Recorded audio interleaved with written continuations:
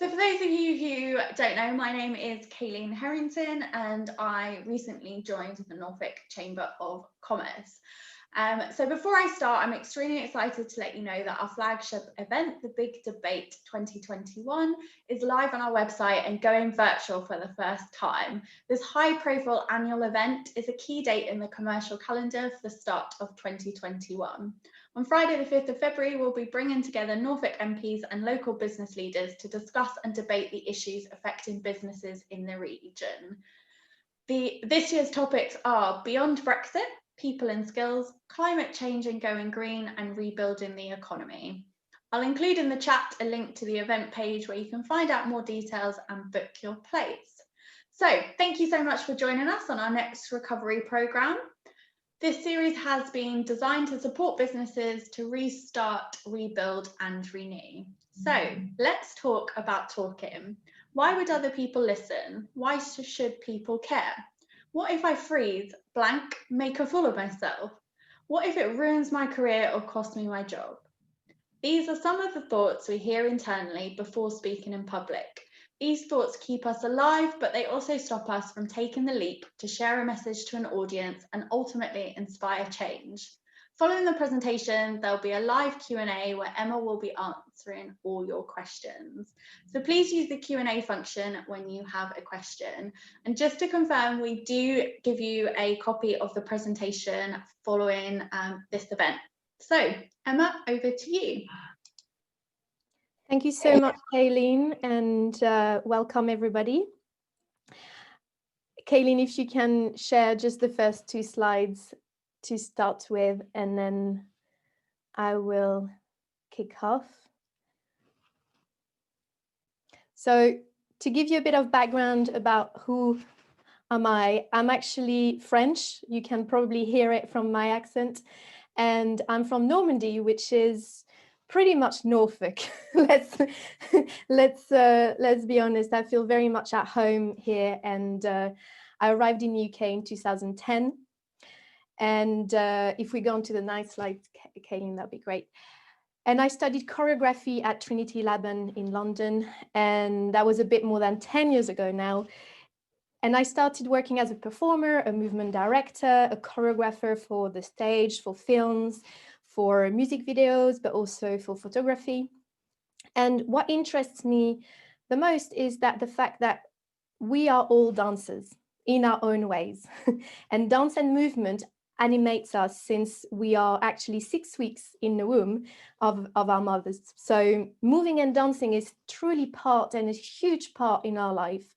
And even though you might not think you're a dancer, moving is definitely something that you do every day. And I hope you are able to move. And even though we are isolating and working from home and being confined in small spaces, moving is definitely something that we truly need. So we're not going to dance together, don't worry, today. We are going to focus on the mindset for public speaking. But first, I wanted to share with you what I do on a daily basis. So after my master's in London, I researched how people from other industries than dance could really benefit from moving or from being more embodied or aligning what happens in the mind with the rest of the body. And in 2014, I started coaching startups and entrepreneurs to pitch for investment. I had no idea what an investment fund was, what a VC was, what a Series A, BC was, what entrepreneurship really meant. I was really coming from an artistic background. But what I knew and what I realized very quickly is that by using our bodies, by using the movement that we are able to do, we are able to lower our anxiety. We are able to be a lot more present with the people or the situation we are in. And most importantly, we are able to express ourselves and speak what we're here for, or deliver a message in a much more confident way. So since then, I coached individuals and teams to pitch for millions of pounds. Even me, I can't even figure it out myself, how I ended up doing that, coming from a dance and artistic background. But it's it's truly that. It's truly how can the body really help us to be a lot more confident. And that led me to help a few startups and a few entrepreneurs to go on Dragon's Den, which you may know, or other competitions such as Pitch at Palace. So very, very stressful events. When you are on Dragon's Den, you may wait for up to 8 hours before you're going into the den. So there's a lot of anxiety building up. And that is something that speakers or entrepreneurs need to deal with, and that's something that I prepare them to deal with.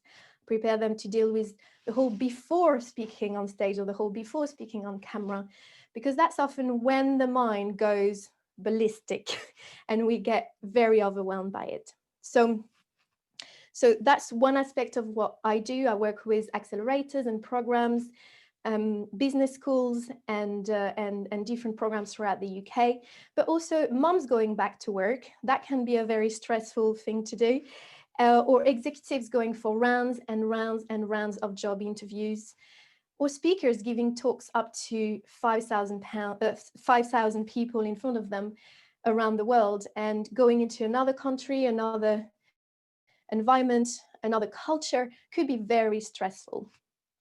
So as a coach, I do not see my work differently than a choreographer. For me, they are very, very similar. As a choreographer, I guide and help the dancers to work finding their ways and to work towards something they want to achieve, or that we want to achieve as a group. And the mindset plays a great role in that. But I also think that this is what I do in my coaching. I help people navigate difficulties, and then it's kind of a choreography and a dance with the people I coach. So we get overwhelmed, we often get stuck. Mindset plays a huge role, even especially in times where uncertainty is heightened, like right now. And it might stop us from saying yes to speaking on stage, or yes to pick up the phone and say, I have an idea and this is what I want to do, or speaking to your team and say, actually, I think that we should take this direction and this is why. So this is what we're going to be looking at today. And there's two things I want to talk to you about before we delve into tools and techniques. So the first thing I want to share with you is how I switched my mindset, and actually how I was forced to. I didn't really want to change my mindset, but something happened in 2012 that made me truly drastically change how I was living, essentially. So you can imagine it was January 2012, so 9 years ago now, and I was dancing in a festival in London, and throughout the weeks of rehearsals and throughout the weeks of performances, I lost 8 kilos in 3 weeks. And I was not even doing a diet or anything. I'm not that kind of dancer that is on diets all the time. I just lost 8 kilos in 3 weeks, and I couldn't really comprehend why. And at the same time, I was so busy rehearsing and so busy preparing for the show that I didn't really pay attention to how much weight I was losing on a daily basis. So that was the first element. The second element was that I was drinking 10 to 12 liters of water a day. And funny enough, or not so funny, I had to use the bathroom every half an hour, which was not very easy when I was rehearsing and preparing for a show, but that's what was happening. And I also remember trying to cycle, so taking a Boris bike, they were called at the time, but taking these rental bikes and trying to cycle in London, and literally having no muscles in my body. And I was hungry and thirsty all the time, and I didn't really understand what was going on, but I said, okay, I'm going to finish the show, and once that is finished, I will go to the doctor. So the day after the show finished, I went to a walk-in clinic, and very quickly they realized what was going on, and they said, we think you have type 1 diabetes.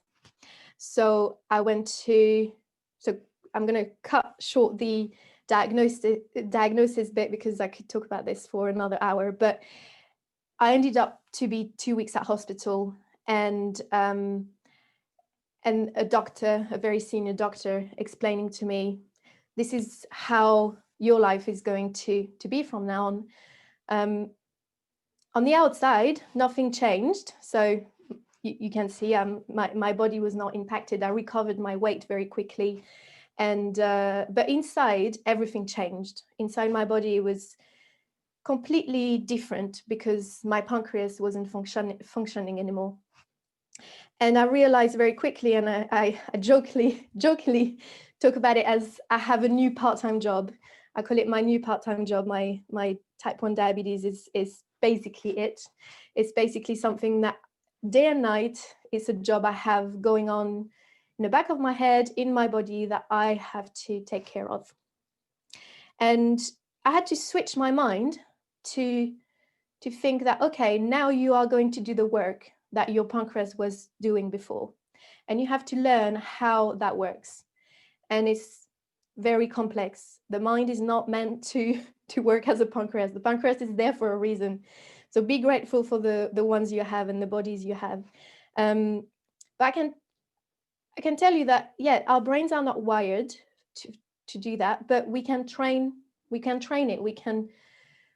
I took many years, and I'm sure I'm still learning, and I will still be learning, how do I take care of my health, and how do I do all the things I need to do in order to survive. I had no choice. It was either I didn't take the medication, I didn't want to. If I was in denial, I would slowly die and have a heart attack one day. So basically, my survival mode, I guess my human survival mode, went on and was like, okay, this is going to be it for the rest of your life. So taking insulin, managing sugar levels night and day, finding out the right diet for me, managing the sugar levels during hormones and cycles during the months. But most importantly as well, it was lowering the stress. I was putting myself in a lot of stress, and that was also a huge factor in which my body broke down, and I wasn't able to, yeah, it just had enough. The body was so stressed that it had enough. And that the switch of mindset that happened there, I was very driven by my profession. I was very driven by achieving professionally, achieving as a dancer, as a choreographer, as an artist. And that was all I was focusing on, pretty much. I finished my master's. I was telling myself, all you have to do is focus on achieving professionally. And suddenly, if I don't have a body, if I can't dance, if I'm about to die, there is something I need to change. And this priority of putting my profession first completely switched to my health. So health became top of the pile. And I think that is a huge shift in my mindset at the time. And that is what really led me to do later on the coaching and really living a life so I could carry on dancing, carry on using my body and be in a body that is a lot more sustainable, and that I could carry on. And there is one sentence, I don't know exactly when that happened to me, or this question that really helped me. So through the first year of figuring it all out, is the question of, what do I need? And that was a huge switch of mindset for me. And it's asking myself the question, what do I need? And I truly believe it helps for everything, especially public speaking, but we'll see that later. It's like, what do I need to be heard, or to feel confident when I'm speaking in public? Or what do I need to feel comfortable on stage or in front of a camera?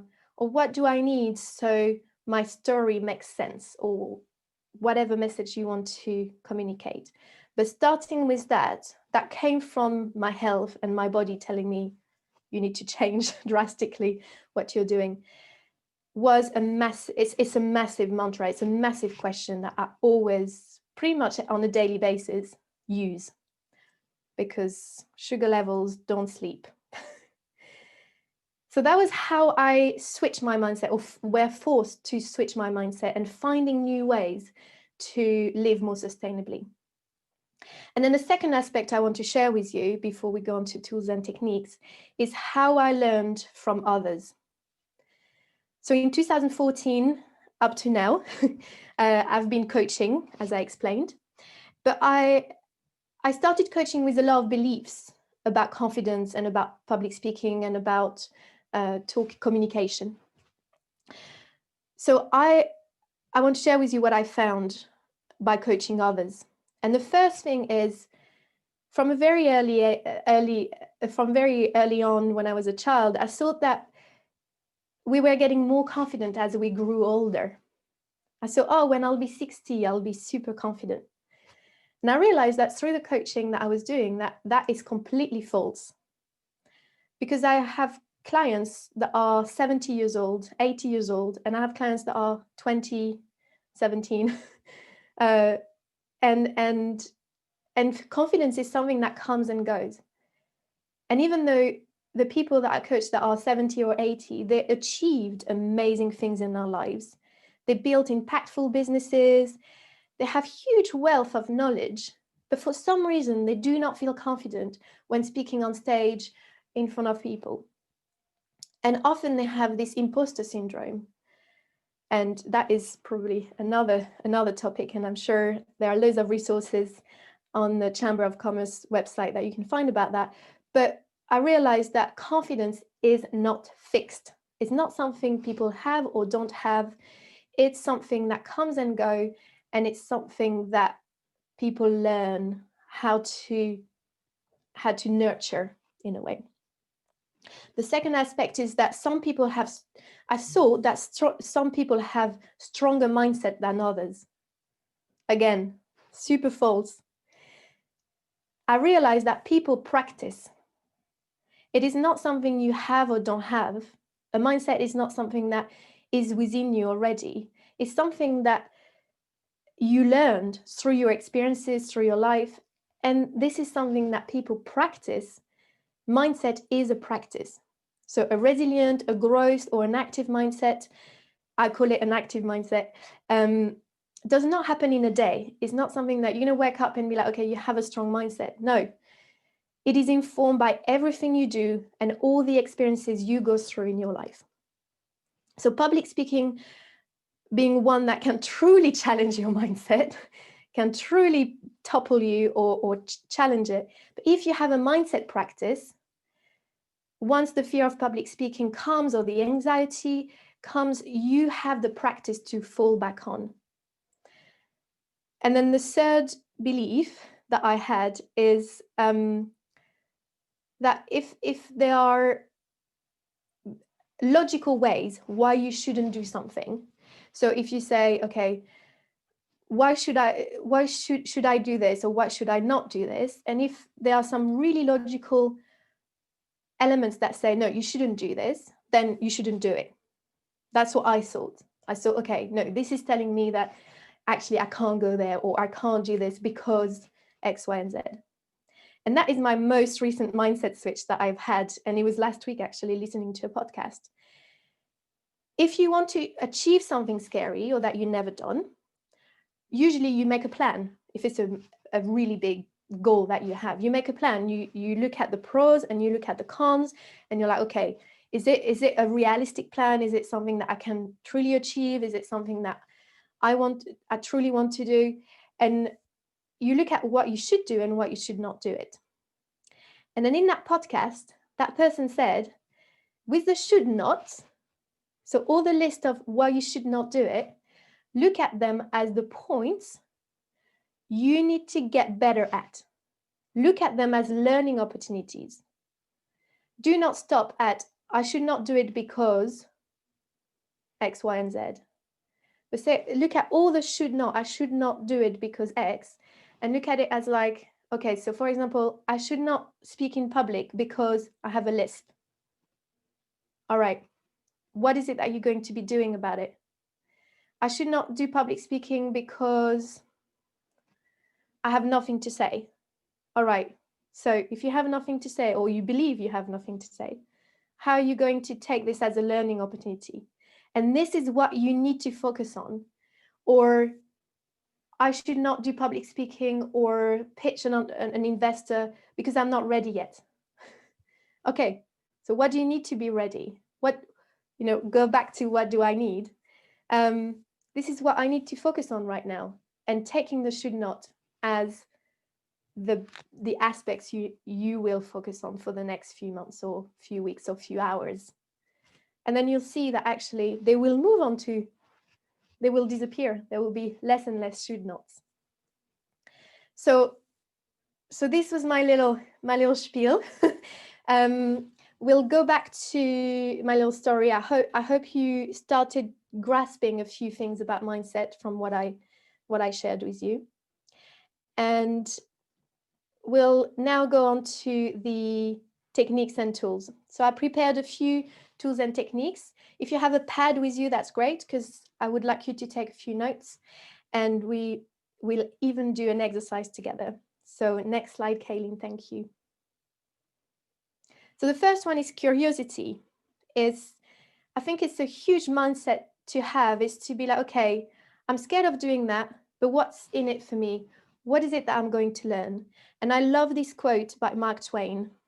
If we can go to the next slide. So always be yourself and have faith in yourself. Do not go out and look for a successful personality and try to duplicate it. It is confidence in our bodies, minds, and spirit that allows us to keep looking for new adventures. I have this thing, and there's this quote that also say, do something scary every day. And for me, it's a little alarm bell, or not an alarm bell, actually a bell. If something is scary, it's like you go there. If something is scaring you, it means you need to go. It means there is something to learn from that. So that is the curiosity. Is like, what is it that I'm going to learn, and what is it that I will take away from it? There is no failure. There's only learnings. So that is the curious mind. Have a mindset that is curious. It's like, okay, there's 24 people in the Zoom right now. I don't know you, but I trust me. I have faith in myself that what I'm sharing and what I prepared will land in with a few of you. And then you'll take that away and you will carry on developing your mindset. So that is the first little information, little mindset switch to do, and be curious. And you wake up in the day and you're like, okay, I'm curious about what the day brings to me today. What is it that I'm going to learn today? And that is active. That is not passive. That is truly active mindset. Then the second point is purpose. In public speaking, we often think, I don't know why I'm there, or I don't know why I'm here talking, or why would it be me? And we lose track of the purpose of why we're there. And if we don't know that, the brain will go crazy. It'll be like, you shouldn't be here. You don't have the credential. What have you done in the past that makes you the person that should speak here, etc., etc. So take the time before you're about to speak. I would say maybe a few days, especially if the anxiety arises a few days before, or as soon as you get the email that you need to do that presentation. Go into the purposeful questions. And I drafted a few questions that I would like you to start thinking about. So if you think of a public speaking event that you're about to go on, or a presentation in your team that you have to deliver, or anything, or if you're pitching a new business or a new idea, I would like you to start with these questions. So next slide. And take the time. I'm going to put a timer for 2 minutes. And the questions are, what are you eager to share with your audience? What excites you? What are you passionate about? why are you speaking and what brings you there? So you can pick one question, you don't have to answer all of them. Pick one, and for 2 minutes, try to draft a few ideas, whatever comes through your mind.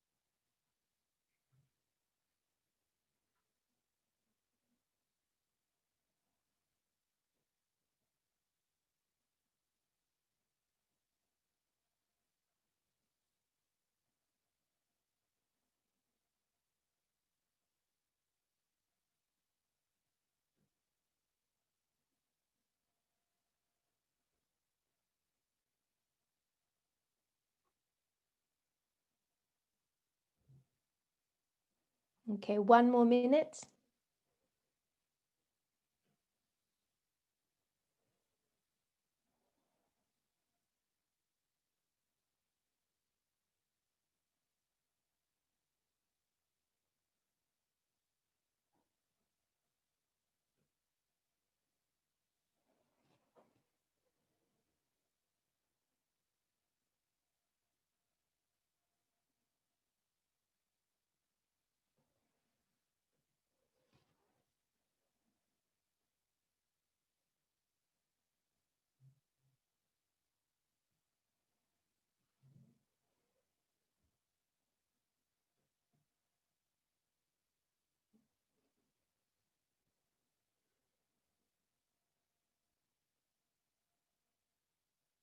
Okay, and finish your sentence and stop writing. And you can have a look at it, and maybe if you think that you don't have anything to share with people, if you answer these questions, things will come up. You know, there are things you're passionate about, there are things that you want to share with someone or an audience, there are things that really makes you bubble and makes you be quite excited about that you're doing in your life. And these are the things that someone else will really connect to. If you truly connect to them, someone else will as well. So before you start writing, before you start worrying about what you're going to be saying, just go back to the purpose of what is it that you are going to bring. And once again, is like, you know, bringing, that is very active. That's the active mindset. And then we move on to mantra. And having a mantra is so useful. So I mentioned mine from 2012-13, when I realized that I had to ask myself, what do I need? And that would be kind of like the key. I call it my key to unlock my health. And then if I'm healthy, I can dance, I can coach, I can do all the things I want to do. So having a mantra is super important, and it's something that you probably know already, that you may have one already, but it's something that really keeps you, it supports you. They are the building blocks on which you can then speak. But there is one mantra that is very useful for public speaking, and specifically for public speaking. When we are in front of an audience, and if we see eyes in front of us, we think it's all about us because people are looking at us. But you see, as I do that, I go back. I go more passively, I go more inward, because it's kind of scary to have 5,000 people looking at you, or even 2 or 3. Sometimes you don't need 5,000. And usually for me, 5,000 is less scary than a few people. But having eyes on us makes it more scary, because we think that it's all about us. We think that people are looking at us. They're probably judging us. Judgment comes very quickly. Tenths of a second it takes to judge someone. As soon as you logged onto that Zoom, you made a judgment about me very, very quickly. And I can't do the same for you because I can't see you. So you're lucky. But this is how we interact. This is how we communicate. But if we stay in that judgment, surely anxiety will rise. We won't be confident. We won't be able to be present. We start thinking about who's in the room. Why are they looking at me this way? Why X, Y, Z? So the mantra for public speaking that is truly active and truly stop you from being self-conscious is, ta-da, it is not about me. If you think it is about you, you will be self-centered, self-conscious, having anxiety about, are you doing it right, or are you doing it wrong, or what's going on? And you will have all these internal thoughts going on in your brain. So first, the mantra for public speaking is that it's not about me, but what it is about. And that's what you find in the purpose. That's why you're writing your purpose, because this will give you a much more active angle to focus on. So it's not about you. Right now, me speaking to you, it's not about me. Even though I shared with you very, very personal stories, they're not there to be like, oh, me, poor me, and having, no, it's like there is a purpose, because it switched my mindset, because it fits the topic, and you will connect somehow to that story, because things happen to you, you live through experiences, and you will connect the dots this way. So there is a purpose why I share these personal stories. And then I want to share a few mantras, or one mantra that I have. So if we move on to the next.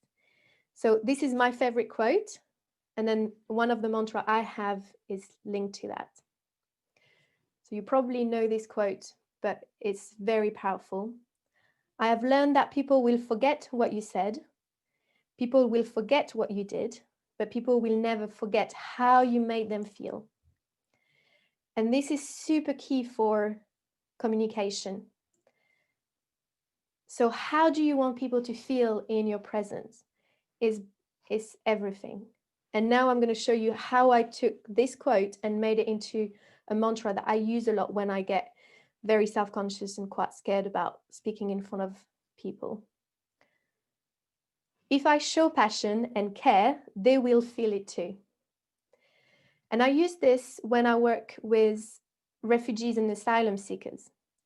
I give dance classes to asylum seekers to boost their confidence and lower their anxiety while they're waiting for trials or decisions from the government. And often if I become self-conscious, if I really think a lot about this position I have about teaching dance to these groups, I get really anxious, because why me? I haven't lived through what they lived through, and yeah, why would they dance? Maybe they're going to find that weird. But I always go back to that point. If I show passion and care, they will feel it too. And they might not dance, and they might feel self-conscious. They might don't want to dance on that day, and that's fair enough. But at least they will feel that too, and that's enough. So find your mantra that works for you, and you may have different mantras for different situations, as I just showed. But it's very important that you have little mindset mantras, so you can either, when you hear yourself go into why me, why would I stand up and speak in front of my team, why would they listen, you have a mantra that just switch it. You have a mantra that quiets it down and be like, okay, no, this is what you need to focus on. Don't focus on you, focus on showing passion and care, or what do you need, etc. Let's move on to now. One thing that I've done this year is every year with everyone I coach, I send a card and I send a little activity to do. And this year I send different mantras that people could circle or keep for themselves.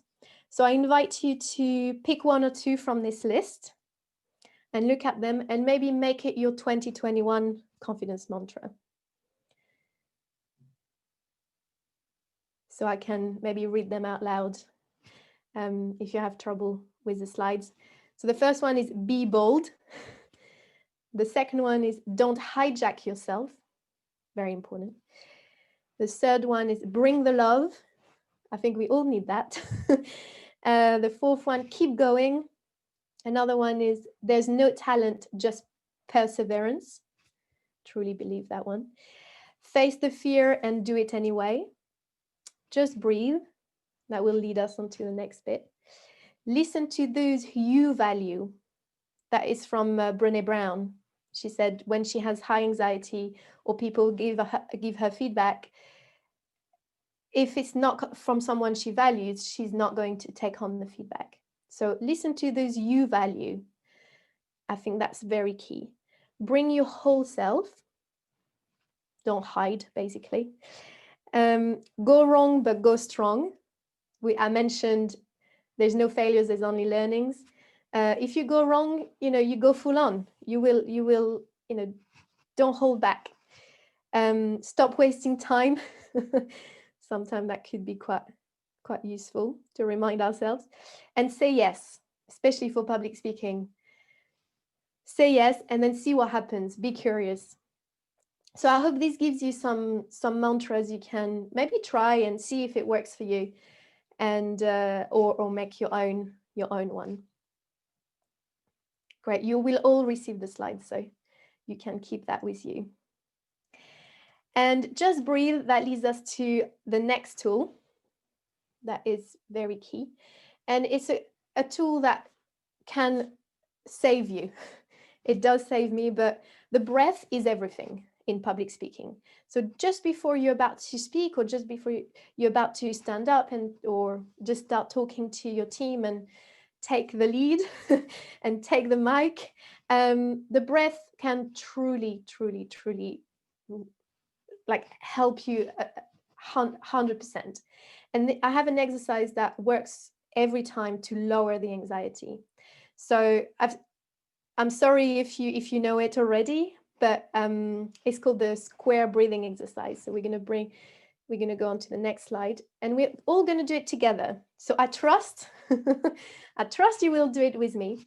But the aim is to create a pattern of breathing. When we get anxious, our pattern of breathing goes out of the window. So by taking a square, we stop being in our brain, we stop being anxious in our bodies, and we look at something that is outside of ourselves. And we look at the bottom left, and we inhale, scanning the bottom left to the top left. And when we arrive at the corner on the top left, we hold our breath, going across, scanning the square. And then when you are at the top right, you exhale slowly. And when you're at the bottom right, you hold, scanning to the bottom left. And like that, we're going to do 3 rounds. So inhale and hold and exhale and hold. And inhale, scanning. Take your time and hold. And exhale. And hold. Last one for fun. Inhale. And hold. And exhale. And hold. And I'm sure if you've done it with me, you'll feel like your body is a lot calmer. What you do when you do that is you activate the parasympathetic nervous system. I'm not going to go into details on that, but in the hold, it's a bit like you take control again of your own breathing, and you create a much more calming breathing pattern rather than everything builds up. With this, you slow down everything grounds onto the floor, every muscles relax, and you're able to think better, which is great when we have to communicate. So the body can truly help the brain to be present, to be focused, to be a lot more clear and less overwhelmed. So this is my magic breathing exercise if you get really out of breath before speaking, or if you get really out of breath because of the anxiety of just thinking about speaking in public. And now we move on to one of the I call it the Pandora box, but it's planning for the worst. Obviously, there's times you can't plan for the worst. Like in 2012, it happened to me. I couldn't really plan for this. But when we are about to speak in public, there are a lot of time for planning, often, sometimes, hopefully. But it's good to open the box of fears and to look at what is the worst that can happen. And I'm going to call on Kayleen to share with everyone a poll. And I would like you to think about what is the worst thing that can happen to you. What is the worst case scenario when you are speaking in public? And then we're going to use all your answers to create a system to plan for it. So please take some time to read through it and give us your answers. So it could be that you're blanking, that you don't know your content, that you're overthinking and not able to speak at all, that the tech isn't working, you're speaking too fast, you're not being taken seriously, people think that you're stupid or boring, someone walks out of the presentation, maybe your reputation and career are on the line if you present badly. So what is the worst case scenario for you? I know that you might have more, you might have different ones, but we're going to work with these ones, which are usually what people answer to these questions. So we'll give you a few minutes to just pick one. Pick what will be the worst from that list for you. If it happens, you just rather die or leave the room. Okay, so blanking is a big one. Yes, it's usually a big one. Repetition occur, yes. So I hope everyone can see that. But we're going to work with blanking because it seems like 25%, 24% of the room. But you see how it's all spread out. So we can close that now. But don't worry, if you have another worst case scenario, I'm going to show you a system that you can do to plan for the worst. So we'll go back to the slides. And I'm going to ask you also to share answers in the chat as we go along. So the worst case scenario is blanking. So you can put that on the dots once you get the slides. You can put blanking or overthinking or whatever you answered. And then we have to find 10 things that we can do actively. We're in an active mindset. What are the 10 things we can do if it happens? So we're there, we're blanking. What would you do? And I would like you to tell me your answers in the chat. And at 10, we'll stop. So if you blank, what would you do? Check your notes. Brilliant, Joe. Yeah, refer to notes. Say, I've gone blank. Brilliant. Give me a moment. Yes, acknowledge it. Yes, the written note. Take a drink. Really good. Water is always brilliant. You can take a drink and breathe. Yes. Thank you, Denise. That is really true. So we have 1, 2, 3, 4. Summarize the last few points to buy some time. Yes. So recap, summarize what you just said, and then hopefully you'll be able to carry on. Admit it. Yes. Say I'm blanking. Yes. So we have 5. That was already said before, admitting it. So we're at 5. Stop. Yes. People often forget that stopping and breathing can be very useful. So stop. And often for us, it feels like ages. It feels like a minute passed. But for the audience, it feels like a few seconds. It's actually quite nice. Gives them a little time to digest what you just said. So stopping is great. So we're at 6. We need 4 more. What could we do? Ask a question. Yes. So basically, you have the ball. You're the speaker. You're like, okay, I'm blanking. I'm going to pass it on to someone else. So a simple question could be, is there anything that you would like me to go deeper in or explain more or ask if they have any questions? Absolutely. So it seems like we have 7 and 8. Great. 2 more. It's getting harder and harder, but I know there's quite a lot of us in the room. Ask for feedback. Okay. Yes. Depends on the context here. Recap. Yes, we mentioned that. To summarize. Remember that no one else knows if you have forgotten or missed something, as only you know the presentation. So improvise. Yes, maybe make up something or tell a story. Brilliant. Take a sip of water. Great. I think we have our 10 solution. Hit the fire bell. Yes. Oh, we have to leave the room now. That would be number 11, Craig, but good try. So you see, we have loads of solutions, and often when we have a fear, we have the fear because we don't have a plan. We don't know what we would do. If I blank, okay, what would I do? But you see, in like 30 seconds, 1 minute, we came up with 10 things we can do. And usually after number 2 or 3, you're out of trouble.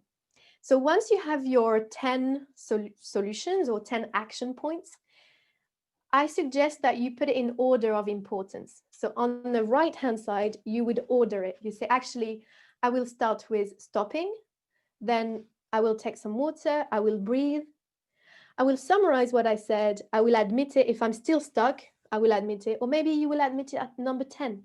We're all different. But you see how you create your little plan for yourself. And that is basically telling your fear in your brain, or the worst that can happen, the worst case scenario, be like, okay, I hear you. I see you're here.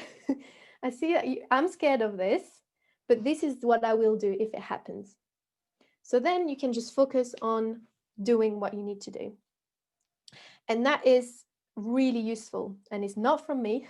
This tool is not from me. It's from Tim Ferriss, the author of the 4-Hour Week, if you're interested. But he's really challenging himself to go through things that he's very scared of. And this is part of the plan that he has. He has a much more complex plan, but this is like a condensed version that really helps the anxiety and the fear and the thinking about the worst thing that can happen to quiet down. It's not going to disappear, because we all need to have. Thank you very much, Kayleen, for sharing that.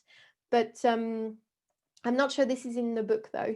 But he's the author, and he's quite a machine for mindset. So very inspiring entrepreneur to follow. So order it and make your little plan, and then have it somewhere. So if you're overwhelmed or you can't think, just look at, okay, what would I do if that happens? Oh yeah, I will start with this 4 or 5 things, and then you feel like you can handle it. And usually we don't do these 10 action points. Usually everything solves itself through the first few points. So one last technique, or one last advice, is to choose one thing to focus on. Choose one thing that I mentioned, either from my story, either from what I learned from people that I coach, or the techniques that I shared with you this morning. I would like you to choose one thing, because it doesn't help to try to do it all. And choosing one thing and focusing on that, it's like a domino effect. Then it will really help you to carry on. And to wrap up before we go into Q&A, you can find more resources on the tutorial page on my website. So I have a worksheet on mindset. You will have all these wonderful slides, which are a lot more comprehensive than the worksheet I have on the tutorial page. But you have videos, you have audios, and you have worksheets to download. And I upload new content monthly. So you're able to keep practicing if practice is an issue, especially when we're not speaking on stage, or at the moment, or we're not speaking in public daily or often. It's hard to practice and keep the practice going. But I give loads of tips on how you can do it at home, how you can do it even though you don't have a talk coming up, and how you can keep your brain and your body being active, even though you are not communicating daily or often. So I just wanted to finish by saying, and we have one more slide. If Adobe wants to, is to say thank you, because with all the coaching I do, I'm able to help refugees, as I mentioned, and asylum seekers, and delivering dance classes to organizations throughout, mainly in London. But I'm also a volunteer at the City of Sanctuary here in Norwich, and I'm part of the City of Sanctuary arts stream, and we look at how the arts can truly help asylum seekers and refugees feel more settled and feel more that they can create a new life here in Norwich. So I'm very proud to be living in a city that is very welcoming, and that is very heartwarming to know in these times of separations and isolations. You can email me and find me on social media. And the last slide is giving you my email. Please email me at any time if you have some questions or want to have some insight on a few specific things that I may not have mentioned. We have the Q&A now, so we can answer those. Thank you very much. Thank you so much, Emma. So obviously I've been sharing, so I've not been monitoring. So just to, if you've got a question for Emma, feel free to pop it in the Q&A function or the chat function, which either is absolutely fine.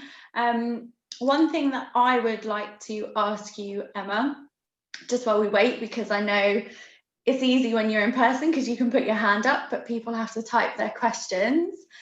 Is there a difference between mindset for public speaking and mindset for tackling difficulties? I think I can hear my echo quite a lot, but for public speaking, you know, I mentioned it is not about me, and that is a very specific to public speaking mantra and mindset to take on. But I shared quite a lot of techniques that could be useful for tackling difficulties, or, you know, the breathing can help for anything. The worst case scenario is the same, you know, it's we have fears, and we have, our mind is always, mindset is always with us, like we're always reacting or responding to what's happening. So obviously there are some techniques that I share that are a bit more public speaking focused, like the mantra, but there's some that could be used outside of that. And I would say, you know, curiosity is a way, is kind of like a way of life. It's not something that is specifically for public speaking. I can see that Joe asked a question. So she's asking, what tools do you recommend, or what to do to stop talking too fast? Okay, that is interesting because we only looked at mindset. I think next month there is a masterclass on pitching with confidence, where we're going to look at how do you speak and the way of speaking. But I'm going to share with you that the first thing to do if you speak too fast is to breathe more. If you breathe more, it will help you to slow down. There are obviously a lot more techniques, but I also believe that on the tutorial page there is a video on how to be more assertive, speak assertively, and that tackles a little bit on that question of talking too fast. But thanks for your question. Alison, great. Yes, some great advice for working and daily life and not just public speaking. Yes, because when we are public speaking, it's not so different. It's just an experience that we do less, and we do less public speaking. But in the end, it's not that different from when we speak to a friend or our team. So there is a survey that Kayleen is sharing with you. It would be very appreciative if you could take a few minutes to do it, because that really helps me and her to make better content. So yeah. And if there are other things that come later to you into your mind and you want to ask me, you have my email, and you're more than welcome to drop me an email and a question. Thank you so much. Just conscious of time. I don't think there's any more questions, but if I see any pop in, then of course we'll ask them. Obviously, I was handling the presentation, and I did the breathing, so I calmed down. I didn't want to mess it up. So I didn't get a chance. So I'm now just popping in the chat a link to our events page, a link to the big debate page, and also our next recovery session, which is tomorrow. I've also put in the chat function.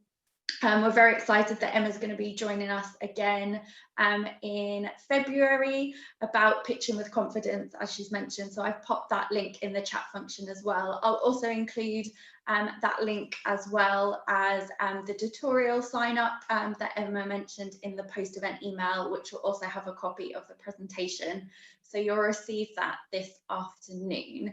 So yeah, if there's no other questions that I can see, I'm going to say thank you so much for joining us this morning, and hopefully we'll see you again. Emma, is there any final comments you'd like to make?